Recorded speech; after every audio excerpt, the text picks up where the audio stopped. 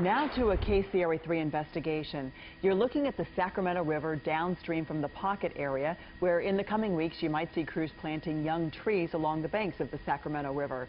This is the second phase of this project, and while you can see some big trees there along the banks, this new work will add plantings called willow poles along about 1 mile of the levee system. That work is done with a specialized barge, and as you can imagine, it is not cheap. In fact, the long process to rehab a portion of the levee system here just got longer and more expensive. Kevin Oliver joins us live tonight as KCRA 3 investigates why. Kevin? The Army Corps of Engineers has budgeted more than $1 billion this next fiscal year for projects including levee work up and down the Sacramento and Central Valleys.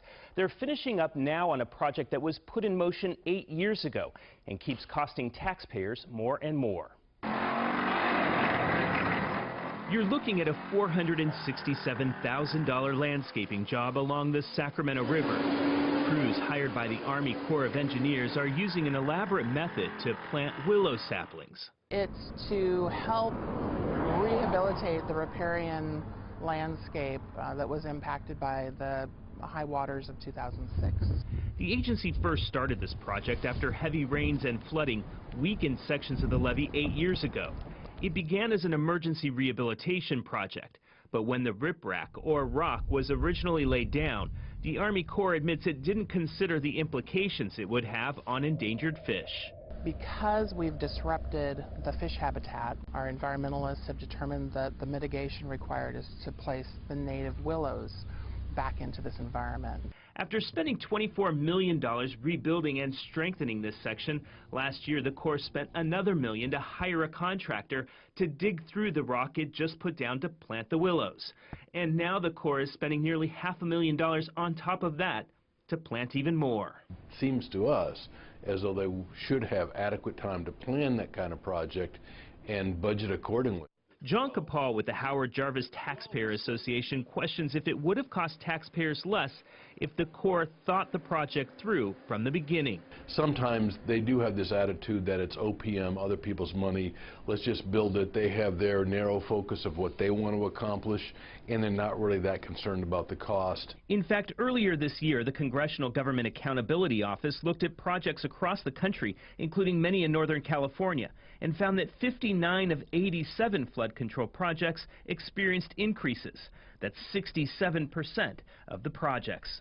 I don't think taxpayers expect perfection on the part of the Army Corps of Engineers if they underestimate it on a handful of projects. But when you're underestimating the cost of more than half your projects, that indicates that they're really not doing their due diligence. The reason for the increases vary from underestimated costs to design changes. Army Corps officials say even if they planned early on to accommodate the fish habitat, they wouldn't have been able to plant the trees first and add the rock later, and it may not have affected the overall cost. The Corps said it did consider other methods, but they were more expensive. Hand digging was the least invasive, but obviously more time consuming.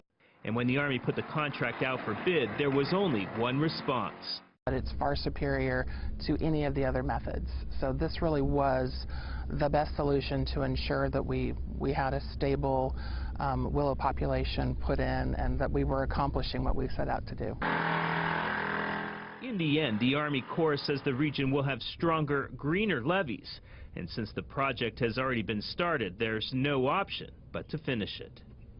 Now, the costs don't end with the plantings. In order to make sure those roots from the new willows don't damage the levees, crews will have to continuously inspect and trim them to make sure the trunks of the trees and shrubs don't get larger than a few inches around. And if you have a tip you want KCRA to investigate, or you notice something that just doesn't seem right and you want us to investigate, you can contact us at KCRA Investigates at KCRA.com. Kevin, thank you.